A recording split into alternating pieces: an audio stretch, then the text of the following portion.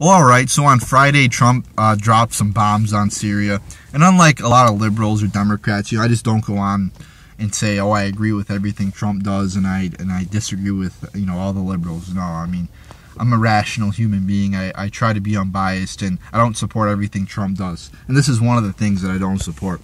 This might have been his worst move of his presidency so far. If not, it's one of the worst. So he drops bombs on Syria. And we don't even know if Assad launched this chemical attack. We don't even have proof. We don't have confirmation. Does this sound similar to Iraq and weapons of mass destruction? It sounds very similar. So we don't have any proof. Even Matt has said the last chemical attack, we didn't even confirm it was Assad. We have no proof to confirm it was Assad, yet we're dropping bombs. We're making a huge foreign policy decision, probably killing a lot of people, over something we don't even know is true yet. And why is Trump surrounding himself with all these neocons like John Bolton? Why? It's so dumb to surround yourself with people that don't agree with your policies. I don't get why he does that. He ran on a campaign of promoting peace and getting us out of all these useless wars that have done nothing except lost America trillions of dollars and lives and caused a bunch of shit. So why, that's what Trump ran on, so why isn't he executing that? He's really changed his mind on that, which I am disappointed in. He's continuing the same policies that have not worked for the last, 17 years? What do we have to show for it? We've wasted all this money, thousands of Americans dead. More Americans died in Iraq than on 9/11, and we have nothing to show for it, really. I mean, and we're looking to start another one in Syria now. We're looking to stir up more shit in Syria. Bombing Syria does nothing for American interests, except actually it does worse for American interests because it further puts strain on the relationship between us and Russia. I don't want to fight. I don't want a war with Russia. I don't want Russia to be on our bad side because Russia has a lot of nuclear weapons.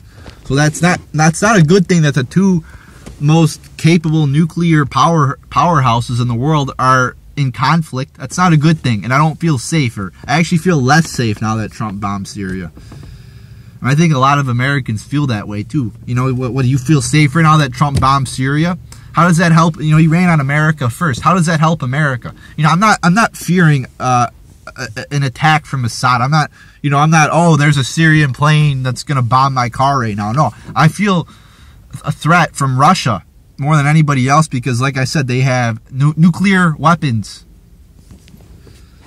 So, and another thing too, if we're gonna bomb every country that commits human rights violations against their people, we'd be bombing probably 75% of the world, including our own country. I mean, we can't be the policemen of the world. We can't drop bombs on every government that commits, egregious acts against their people. Why don't we bomb every country in Africa then, huh? We only seem to focus on the Middle East because, the defense contractors get rich like that. They've certainly made a lot of money in the last 17 years, that's for sure. Trillions of dollars.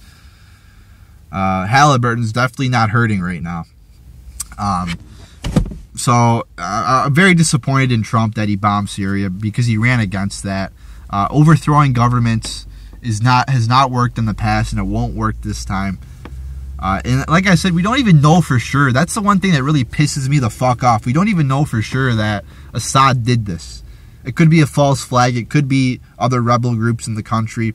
It could be ISIS. Who the fuck knows? Nobody knows. But yet, even though we don't know for sure, I don't care if you're 95% sure. Don't bomb. You got to be 100% sure because this is a huge decision to bomb a country like this. And even if Assad did do it, I still wouldn't support bombing Syria because it doesn't do anything to further American interest.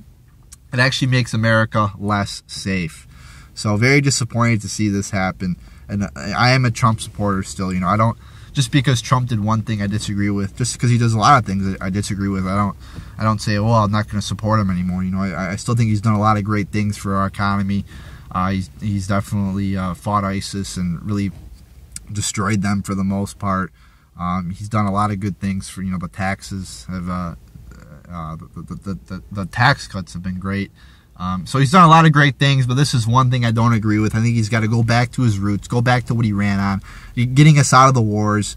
And I'm also disappointed that he's been upping the defense contract. He's been now the defense spending is like up to $700 billion or some bullshit like that.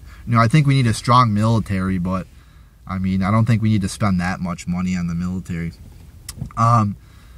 So yeah, I've been a little disappointed with him on the foreign policy, and I think he's got to bring more people into his cabinet and into his administration that actually agree with his policies.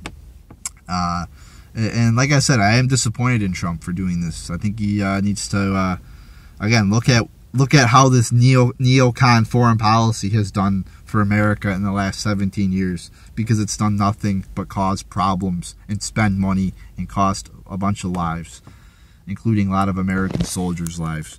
So there you go, people.